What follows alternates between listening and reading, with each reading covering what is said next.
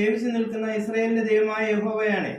ഞാൻ പറഞ്ഞല്ലാതെ ഈ ആണ്ടുകളിൽ മഞ്ഞും മഴയും ഉണ്ടാകില്ല എന്ന് പറഞ്ഞു.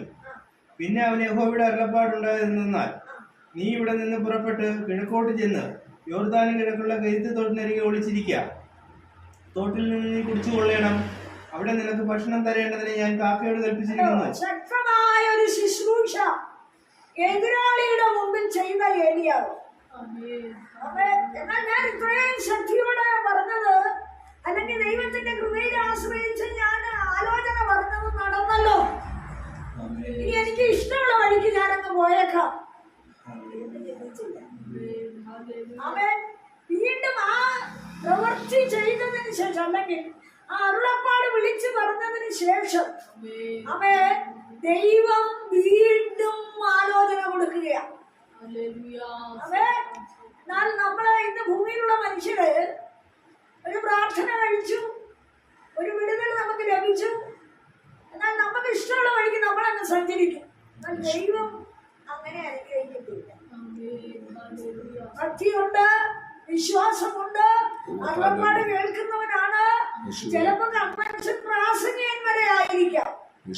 പക്ഷേ രണ്ടാമത്തെ അരുളപ്പാട് അവിടെ നിന്ന് എങ്ങോട്ട് ചലിക്കണമുള്ളത്, ഇങ്ങോട്ട് ചലിക്കണം, അത് ദൈവം അറിയാതെ സമ്മതിക്കത്തില്ലെന്നുള്ളതാണ് എന്റെ തെളിവ്. അപ്പോ അങ്ങനെ പറഞ്ഞെടുത്തൊക്കെ പോയി ഞാൻ ഇരുന്ന് അവിടെ വെള്ളം വറ്റിയെന്നും കാക്കയുടെ വരവ് നിലച്ചെന്നും ഒക്കെ അവിടെ വെളിപ്പെടുന്നുണ്ട്. പക്ഷേ അങ്ങനെയുള്ള ഭക്തനാണ് വീണ്ടും ആരാധന വെളിപ്പെടുത്തുവാൻ വ്യവസ്ഥയുണ്ടാക്കിയത്. ദൈവത്തിന്റെ വ്യവസ്ഥയിൽ താൻ കയറിയിരിക്കുക. അതെന്താ വ്യവസ്ഥ? വായിച്ചേ. എത്രത്തോളം രണ്ടു തോണയും കാൽ വയ്ക്കും. യഹോവ ദൈവമെങ്കിൽ അവനെ അനുഗമിപ്പീൻ, ബാലെങ്കിലോ അവനെ അനുഗമിപ്പീൻ എന്ന് പറഞ്ഞു. എന്നാൽ ജനം അവനോട് ഉത്തരമൊന്നും പറഞ്ഞില്ല.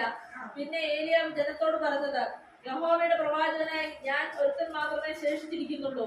ബാലിന്റെ പ്രവാചകന്മാരോ 450 പേരുണ്ട്. ഞങ്ങൾക്ക് 2 കാളയെ തരട്ടെ. ഒരു കാളയെ അവർ തിരഞ്ഞെടുത്തു.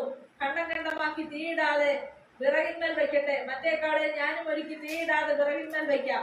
നിങ്ങൾ നിങ്ങളുടെ ദൈവത്തെ നാമത്തിൽ വിളിച്ചപേക്ഷിപ്പീൻ, ഞാൻ യഹോവയുടെ നാമത്തെ വിളിച്ചപേക്ഷിക്കാം. തീ കൊണ്ട് ഉത്തരമല്ലുന്ന ദൈവം തന്നെ ദൈവം എന്നിരിക്കട്ടെ. അതിന് ജനമെല്ലാം അത് നല്ല വാക്ക് എന്ന് ഉത്തരം പറഞ്ഞു. കേട്ടോ, 22 മുതലുള്ള വാക്യമാണ് നമ്മൾ വായിച്ചത്. ഏലിയാവ് ജനത്തോട് പറഞ്ഞത്, യഹോവയുടെ പ്രവാചകനായി ഞാൻ ഒരുത്തൻ മാത്രം. അപ്പോ യഹോവയുടെ പ്രവാചകന്മാരല്ലാത്ത ജനം ഒരു വലിയ ഗ്രൂപ്പുണ്ട്. എന്നാൽ അങ്ങനെ വലിയ ഗ്രൂപ്പിനെ നോക്കിപ്പോയി അനുഗ്രഹം പ്രാപിക്കുന്നവരാണ്. വലിയ കൂട്ടം, വലിയ ഇളക്കം, വലിയ പെരുപ്പം. പക്ഷേ അനുഗ്രഹത്തെ വെളിപ്പെടുത്തിയ ഭക്തൻ ഏലിയാവാണ്. ഞാൻ എന്താ ചെയ്തത്? ഇങ്ങോട്ട് വാ, ഞാൻ ഒരുത്തനേ ഉള്ളൂ നിങ്ങളുടെ മുമ്പില് എന്ന് പറഞ്ഞിട്ട് ഞാൻ എന്തൊക്കെ ചെയ്തെന്നാണ് സ്തോത്രം അവിടെ എഴുതിയിരിക്കുന്നത്. ബാലിന്റെ പ്രവാചകന്മാരോ 450 പേരുണ്ട്. ഞങ്ങൾക്ക് 2 കാളയെ തരട്ടെ. ഒരു കാളയെ അവർ തിരഞ്ഞെടുത്തു. കണ്ടമാക്കി തീയിടാതെ വിറകിന്മേൽ വയ്ക്കട്ടെ. മറ്റേ കാളയെ ഞാനും ഒരുക്കി തീയിടാതെ വിറകിന്മേൽ വയ്ക്കാം. നിങ്ങൾ നിങ്ങളുടെ ദേവന്റെ നാമത്തെ വിളിച്ചപേക്ഷിപ്പീൻ, ഞാൻ യഹോവയുടെ നാമത്തെ വിളിച്ചപേക്ഷിക്കാം. തീ കൊണ്ട് ഉത്തരമല്ലുന്ന ദൈവം തന്നെ ദൈവം എന്നിരിക്കട്ടെ. അതിന് ജനമെല്ലാം അത് നല്ല വാക്കെന്ന് ഉത്തരം പറഞ്ഞു. പിന്നെ ഏലിയാവ് ബാലിന്റെ പ്രവാചകന്മാരോട്, നിങ്ങൾ ഒരു കാളയെ തിരഞ്ഞെടുത്ത് ആദ്യം ഒരുക്കിക്കൊള്ളീൻ. നിങ്ങൾ അധികം പേരുണ്ടല്ലോ. എല്ലാ ചാൻസും എതിരാളിക്കാൻ കൊണ്ട് കൊടുത്തു ഏലിയാവ്. ഇല്ലേ? ഇല്ല, നിങ്ങളെല്ലാം കൊണ്ട് മാറിക്കാൻ, ഞാനാണ് ഭക്തൻ, ഞാൻ കാണിച്ചു തരാം എന്റെ ആരാധന എങ്ങനെയാണെന്ന് കാണിച്ചു തരാമെന്ന് പറഞ്ഞ് അവരെ വെല്ലുവിളിച്ചൊന്നുമില്ല. ഇല്ലയോ, 2 കാളയേക്കാം, നിങ്ങളൊന്നിനെ എടുത്തോ, തീ ഇറങ്ങട്ടെ. ദൈവത്തിന്റെ തീ ഇറങ്ങുന്നത് ആർക്കാണോ അവരെ അനുജയിച്ചത് അവൻ ദൈവത്തെ നടുവിൽ കൊണ്ടുവന്ന് സ്തോത്രം. എന്നാൽ ഏലിയാവ് യാഗപീഠം ഒരുക്കിയത് എങ്ങനെയാ?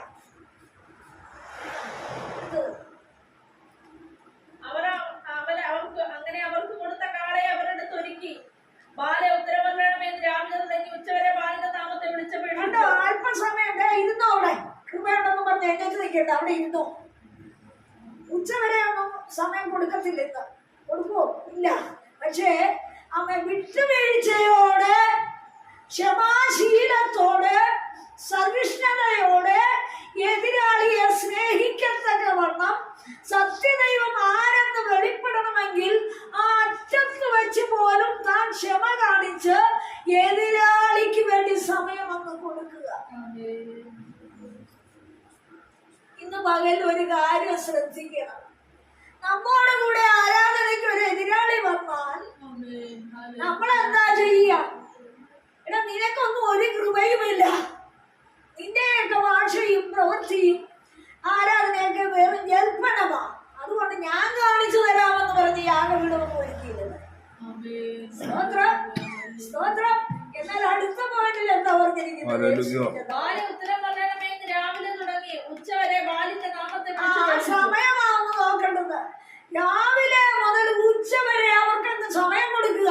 കാരണം ഇനി സമയം കിട്ടാഞ്ഞിട്ട് പ്രവചനം ശരിയായില്ലെന്ന് വരണ്ടല്ലോ, അല്ലെങ്കിൽ നിന്റെ ദൈവം ദൈവമല്ലെന്ന് പറയണ്ട, അല്ലെങ്കിൽ അങ്ങനെ പറയിപ്പിക്കണ്ടല്ലോ. നിനക്ക് നീ ഇഷ്ടംപോലെ സമയമെടുത്തോ, ഞങ്ങൾ ഇവിടെ ഒതുങ്ങിയിരുന്നോളാം, അല്ലെങ്കിൽ ഞാൻ ഇവിടെ ഒതുങ്ങിയിരുന്നോളാമെന്ന് അവൻ ഏലിയാവ് പറയുക. എന്നിട്ട് ഒരു ശബ്ദമോ ഉത്തരമോ ഉണ്ടായില്ല. തങ്ങൾ ഉണ്ടാക്കിയ ബലിപീഠത്തിന് ചുറ്റും അവർ തുള്ളിച്ചാടിക്കൊണ്ടിരുന്നു. ഉച്ചയായപ്പോൾ ഏലിയാവ് അവരെ പരിഹസിച്ചു. ഉറക്കം വിളിപ്പീൻ, അവൻ ദേവനല്ലോ, അവൻ ധ്യാനിക്കുകയാവുന്നു, അല്ലെങ്കിൽ വെളിക്ക് പോയിരിക്കുകയാവുന്നു, അല്ലെങ്കിൽ യാത്രയിലാവുന്നു, അല്ലെങ്കിൽ പക്ഷെ ഉറങ്ങുകയാവുന്നു. അവനെ ഉണർത്തണം എന്ന് പറഞ്ഞു. അവൻ ഉച്ചവരെ മൗനനായിരുന്ന ഭക്തൻ, ദൈവത്തെ അനുസരിച്ച് ദൈവ വ്യവസ്ഥയുടെ ഉള്ളിൽ നിൽക്കുന്ന ഭക്തൻ, അവൻ പിന്നെ കളിയാക്കാൻ തുടങ്ങി. സ്തോത്രം, സ്തോത്രം, ഹല്ലേലൂയ എന്ന് പകലിൽ ഓർത്തോണം.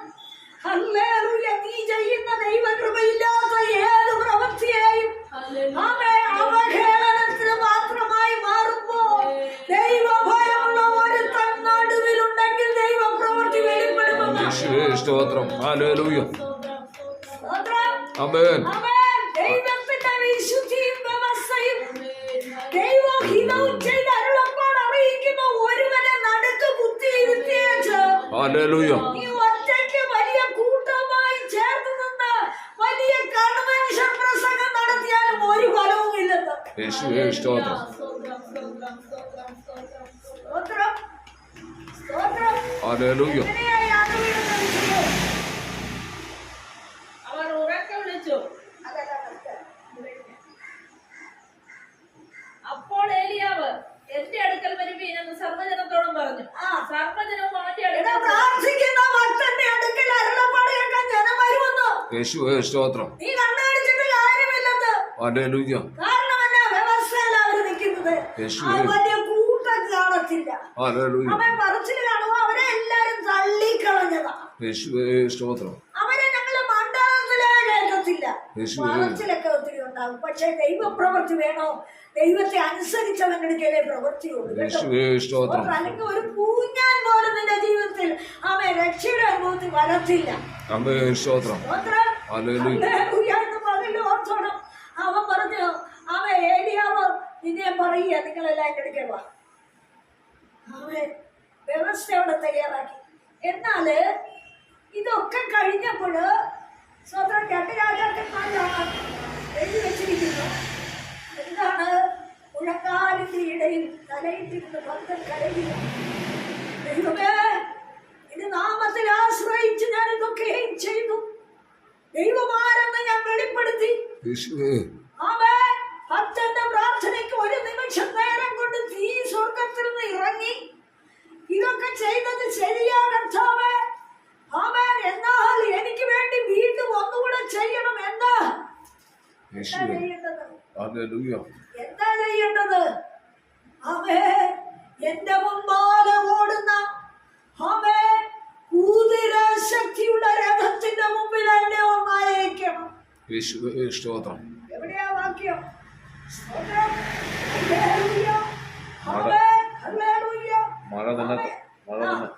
മഴ നിന്നെ തടുക്കാതിരിക്കാൻ സ്തോത്രമല്ലോ. അവൻ പ്രാർത്ഥിച്ചു തീയിറക്കിയതിന് ശേഷം മഴയുടെ മുഴക്കമുണ്ടെന്ന് താൻ വിളിച്ചു പറയുന്നു. കൂടെ ഇരിക്കുന്ന ശിഷ്യനോട് പറഞ്ഞു, പോയൊന്ന് നോക്ക്. ഒന്നുമില്ലെന്ന് പറഞ്ഞു. സ്തോത്രം. 7-ാം പ്രാവശ്യം അവൻ കടലിൽ നിന്ന് ഒരു പക്ഷി മനുഷ്യന്റെ കൈ പോലെ ഒരു ചെറിയ മേഘം പൊക്കുന്നു എന്ന് പറഞ്ഞു. ആമേ കൂട്ട നിൽക്കുന്ന പക്ഷേ ആമേ ഭക്തന് അല്ലെങ്കിൽ ശിക്ഷണത്തിന് ആമേ ഏലിയാവിന്റെ പ്രാർത്ഥനയുടെ മറുപടി കണ്ടെത്താൻ സാധിക്കുന്നില്ല. എങ്കിലും ഉറപ്പുള്ള ഭക്തൻ പറയും, നീ വീണ്ടും ഒന്ന് ചെന്ന് നോക്കിക്കേ. 6 പ്രാവശ്യം കൂടെ നിന്ന് പോയിട്ടും ഒരു മറുപടിയില്ല. 7ാം പ്രാവശ്യം ശിക്ഷ പറഞ്ഞ ചെറിയ കൈപ്പത്. സ്തോത്രം. ഇന്ന് പകലിൽ അവിടെ ഒരു കാര്യം കൂടി ദൈവാലോചനയായിട്ട് പറയാനുണ്ട്. സ്തോത്രം. അപ്പോസ്തല പ്രവൃത്തി 26-ാം അധ്യായം അതിന്റെ 13-ാം വാക്യത്തിൽ എന്താ പറഞ്ഞു വെച്ചിരിക്കുന്നത്? സ്തോത്രം. ഹല്ലേലൂയ. 26-13 അപ്പോസ്തല പ്രവൃത്തി. ദമസ്കോസിലേക്ക് യാത്ര പോകുമ്പോൾ രാജാവെ, നട്ടുച്ചയ്ക്ക് ഞാൻ വഴിയിൽ വെച്ച് സൂര്യന്റെ പ്രകാശത്തെ കവിഞ്ഞൊരു വെളിച്ചം ആകാശത്തിൽ നിന്ന് എന്നെയും എന്നോടുകൂടെ യാത്ര ചെയ്യുന്നവരെയും ചുറ്റി പ്രകാശിക്കുന്നത് കണ്ടു. ഞങ്ങൾ എല്ലാവരും നിലത്ത് വീണപ്പോൾ, ശൗലേ ശൗലേ, നീ എന്നെ ഉപദ്രവിക്കുന്നത് എന്ത്? ആമേൻ. കണ്ടോ? വലിയൊരു ദൈവത്തിന്റെ ശക്തിയുടെ വെളിപ്പാട് അവിടെ വെളിപ്പെട്ടപ്പോൾ ആമേൻ യഥാർത്ഥമായ വസ്തുത മനസ്സിലാക്കിയത് ശൗല് മാത്രം. അല്ലെങ്കിൽ ദൈവത്താൽ തൊട്ട മനുഷ്യൻ മാത്രമാണ് ശുശ്രൂഷ ഏറ്റെടുക്കുവാൻ ദൈവസന്നിധി വരുന്നത്. അവൻ നട്ടുച്ചയ്ക്ക് അവൻ ഭൂമിയെ പ്രകാശിപ്പിക്കുന്നതിന് വലിയൊരു പ്രകാശം എന്ന് പറഞ്ഞ മിന്നല് അവിടെ എഴുതിയിരിക്കുന്ന അവൻ രാജാവേ, അവൻ നട്ടുച്ചയ്ക്ക് ഞാൻ വഴിയിൽ വെച്ച് സൂര്യന്റെ പ്രകാശത്തെ കവിഞ്ഞൊരു വെളിച്ചം, സൂര്യന്റെ പ്രകാശത്തെ കവിയുന്നൊരു പ്രകാശം ആകാശത്തിൽ നിന്ന് എന്നെയും എന്നോടുകൂടെ യാത്ര ചെയ്തവരെയും ചുറ്റി പ്രകാശിച്ചു. അതെ, ദൈവാത്മാവ് വരുമ്പോൾ എല്ലാവരെയും ചുറ്റും പക്ഷേ ആമേൻ. എന്നാൽ അവിടെ എഴുതിയിരിക്കുന്ന ഒരു പ്രത്യേക വാക്യമുണ്ട്. എന്താണ്? ഞങ്ങളെല്ലാവരും നിലത്ത് വീണപ്പോൾ ശൗലേ ശൗലേ, നീ എന്നെ പ്രവാചകൻ കേൾക്കുന്ന ശബ്ദം ആമേൻ തന്റെ ഓമന പേർ ചൊല്ലി വിളിച്ചിട്ട് ദൈവം പറയുക, ശൗലേ ശൗലേ, നീ എന്നെ ഉപദ്രവിക്കുന്നത് എന്താ? മുള്ളിന്റെ മേലെ ഉதைക്കുന്നത്. ആമേൻ. മുള്ളിന്റെ നേരെ ഉதைക്കുന്നത് വിഹിതമാണോ? യേശുവേ. സ്തോത്രം. ആമേൻ. ആമേൻ. ഒത്തിരി പേര് പ്രകാശിക്കപ്പെട്ട് നടക്കുന്നുണ്ട്. ഒത്തിരി പേര് അരുളപ്പാട് അറിയിച്ച് നടക്കുന്നുണ്ട്. യേശുവേ. എന്നാൽ യഥാർത്ഥ ദൈവ ശബ്ദം ദൈവഹിതം ചെയ്യുന്നവനാണ് അത് കേൾക്കുന്നത്. യേശുവേ സ്തോത്രം. ആമേൻ. അവിടെ എഴുതിയിരിക്കുക, കൂടെയുള്ളവരെല്ലാവരും നിലത്ത് വീണപ്പോൾ ശൗലേ ശൗലേ, നീ എന്നെ ഉപദ്രവിക്കുന്നത് എന്ത്? ആമേൻ. ഉള്ളിന്റെ നേരെ ഉதைക്കുന്നത് നിനക്ക് നോക്കണം. വിഷമമാകുന്നു. ആ ഒരു പോയിന്റിൽ നിന്നാ മതി. ആമേൻ. കൂടെയുള്ളവർ ഇത് കണ്ട് കേട്ട് രസിച്ചങ്ങ് പോകുമെന്ന്. എന്നാൽ യഥാർത്ഥ ശബ്ദം കേട്ടവന് ആമേൻ രൂപാന്തരം ഉണ്ടാവും. ഹല്ലേലൂയ. യേശുവിന്റെ നാമത്തിൽ ക്ഷമിടും. ഹല്ലേലൂയ. ആമേൻ. ആമേൻ. യേശുവിന്റെ നാമത്തിൽ ക്ഷേമടിക്കട്ടെ. ഹല്ലേലൂയ. രൂപാന്തരം വന്നത് ആർക്കാണ്? ഹല്ലേലൂയ. ആമേൻ. ഹല്ലേലൂയ. ആമേൻ. അവിടെ ചോദിക്കുക, മുള്ളിന്റെ നേരെ നീ ഉദയിക്കുന്നത് നിനക്ക് വിഷമമാകുന്നു. നിനക്ക് വിഷമമുള്ള കാര്യമോ എന്ന് ഹല്ലേലൂയ. പറഞ്ഞാൽ എന്താണ്? സത്യമായവൻ നടുവിൽ നിൽക്കുമ്പോൾ സത്യത്തിനെതിരെ വിരൽ ചൂണ്ടിക്കൊണ്ട് ദൂഷണം പറയിപ്പിച്ചുകൊണ്ട് ആമേൻ ചിലരെ കൂടി ദൂഷണവാദികളാക്കിക്കൊണ്ട് നീ എത്ര വലിയ കൺവെൻഷൻ പ്രസംഗം വെച്ചാലും വിജയിക്കുന്നില്ലെന്ന്. ഹല്ലേലൂയ. ആമേൻ. ഹല്ലേലൂയ. ഹല്ലേലൂയ. യേശുവിന്റെ നാമത്തിൽ. സ്തോത്രം. സ്തോത്രം. ആമേൻ. അതെ, എല്ലാവരും ആ മിന്നലിൽ താഴെ പോയി. കാരണം എന്നാ? അവയെ ദൈവം വിളിച്ചത് ഒരുവനെയാ. ദൈവത്തെ പൂർണ്ണമായി അംഗീകരിച്ച് അനുസരിക്കുന്നവനെയാ ദൈവം വിളിച്ചത്. യേശുവേ. ജാട കാണിക്കുന്നവനെ അല്ല. ആമേൻ. കോലാഹലത്തിന് ഇറങ്ങുന്നവനെ അല്ല. ആമേൻ. ദൂഷണവാദിയല്ല ദൈവം വിളിച്ചത്. ആമേൻ. സ്തോത്രം. ആമേൻ. ദൈവജനത്തെ മുടിക്കുന്നവനെ അല്ല ദൈവം വിളിച്ചത്. ഹല്ലേലൂയ. സ്തോത്രം. ആമേൻ. ഇവിടെ ആരെയാണ് ദൈവം ഉദ്ദേശിച്ചത്? ശൗലേ, നിന്റെ കയ്യിൽ അധികാരപത്രമുണ്ട്, അത് നിന്റെ അറിയായ്മ. ആമേൻ. ആമേൻ. നീ ദൈവ വിളി കേൾക്കാതെ നടന്ന സമയത്ത് പാരമ്പര്യത്തിൽ നീ പലതും ചെയ്തു കൂട്ടിയ വ്യക്തിയാണ്. പക്ഷേ ഇന്ന് ഞാൻ നിനക്ക് വേണ്ടി ഇറങ്ങി വന്നിരിക്കുന്നത് കൂടെയുള്ളവരെ സന്തോഷിപ്പിക്കുവാനല്ലോ. നിന്നെ എനിക്ക് ആവശ്യമുണ്ട്. ഹല്ലേലൂയ. യേശുവിന്റെ നാമത്തിൽ ആമേൻ. ഇന്ന് പകലിൽ കൂടെയുള്ള വലിയ ഗ്രൂപ്പ് നോക്കിയല്ല നിന്റെ യാത്ര മുമ്പോട്ട് നീ കൊണ്ടുപോകേണ്ടത്. ആമേൻ. വലിയ വലിയ ആമേൻ ഹല്ലേലൂയ കോലാഹലങ്ങളുടെ നടുവിൽ, വലിയ വലിയ ഇളക്കപ്പെരുപ്പങ്ങളുടെ നടുവിൽ ആമേൻ ഒന്നും നടക്കുന്നില്ലെന്ന്. പിന്നെ എവിടെയാ നടക്കുന്നത്? യഹോവയ്ക്ക് വേണ്ടി ചുരുട്ട് ആമേൻ ഉണങ്ങി ദൈവത്തിന്റെ ശബ്ദത്തിനായി കാതോർത്ത് അവന്റെ മിന്നൽ വീണ ജനത്തിനെയാണ് അവൻ ആവശ്യം. ഏലിയാവ് പ്രാർത്ഥിച്ച് ഉറപ്പിക്കുക. ആമേൻ. നീ ചെന്ന് നോക്കിയാ മതി. ആമേൻ. ഞാൻ കേട്ട ഒരു ശബ്ദമുണ്ട്, എന്തോ ഒരു വലിയ മഴയുടെ മുഴക്കം. യുദ്ധം ചെയ്യപ്പെട്ടിരിക്കട്ടെ. ഇന്ന് പകലിൽ പരിശുദ്ധാത്മാവ് നമ്മളോട് അങ്ങനെ തന്നെ ആലോചന പറയും. സ്തോത്രം. നീ കേൾക്കുന്നുണ്ടോ ഒരു മുഴക്കം? ഒന്നുണ്ട്, കേൾക്കുന്നുണ്ട്. കലഹം കേൾക്കുന്നുണ്ട്, പ്രശ്നങ്ങൾ കേൾക്കുന്നുണ്ട്. ആമേൻ. ആമേൻ. ദൂഷണവിധികൾ ഒത്തിരി കേൾക്കുന്നുണ്ട്. ആമേൻ. എതിരുകൾ ഒത്തിരി കേൾക്കുന്നുണ്ട്. സ്തോത്രം. ആരെങ്കിലും കുറിച്ച് കുറ്റം പറഞ്ഞുകൊണ്ടിരിക്കുന്നത് എനിക്ക് ഏറ്റവും ഇഷ്ടമാണ്. ഇതൊക്കെ ഞാൻ കേട്ടോണ്ടിരിക്കുക. എന്നാൽ ഹല്ലേലൂയ ദൈവം ചോദിക്കുക. സ്തോത്രം. ഹല്ലേലൂയ. ഒരു കാര്യം ദൈവം ചോദിക്കുന്നുണ്ട്. യെശയ്യാവ് 35 ആമേൻ ചില വാക്യങ്ങൾ വായിക്കുമ്പോൾ ആമേൻ അതിന്റെ 13-ാം വാക്യത്തില് ആമേൻ ഹല്ലേലൂയ യെശയ്യാ പ്രവചനം ആമേൻ ഹല്ലേലൂയ ചില കാര്യങ്ങൾ പറയുന്നുണ്ട്. സ്തോത്രം. ഹല്ലേലൂയ. സ്തോത്രം. സ്തോത്രം. യെശയ്യാവ് 35 5-ാം വാക്യം. സ്തോത്രം. അന്ന് കുരുടന്മാരുടെ കണ്ണു തുറന്നു വരും. 35-5. അന്ന് കുരുടന്മാരുടെ കണ്ണ് തുറന്നു വരും. 35-36-5. വേണ്ടുന്ന ആലോചനയും ബലവും കൊണ്ട് എന്നുള്ള വെറും വാക്ക് അത്രയെന്ന് മുമ്പ് തൊട്ട് വായിച്ചേ. യേശുവിന്റെ നാമം. ഹിസ്കിയാവിന്റെ 14-ാം ആണ്ടിൽ അശ്ശൂർ രാജാവായ സൻഹേരീബ് യഹൂദയിലെ അവൻ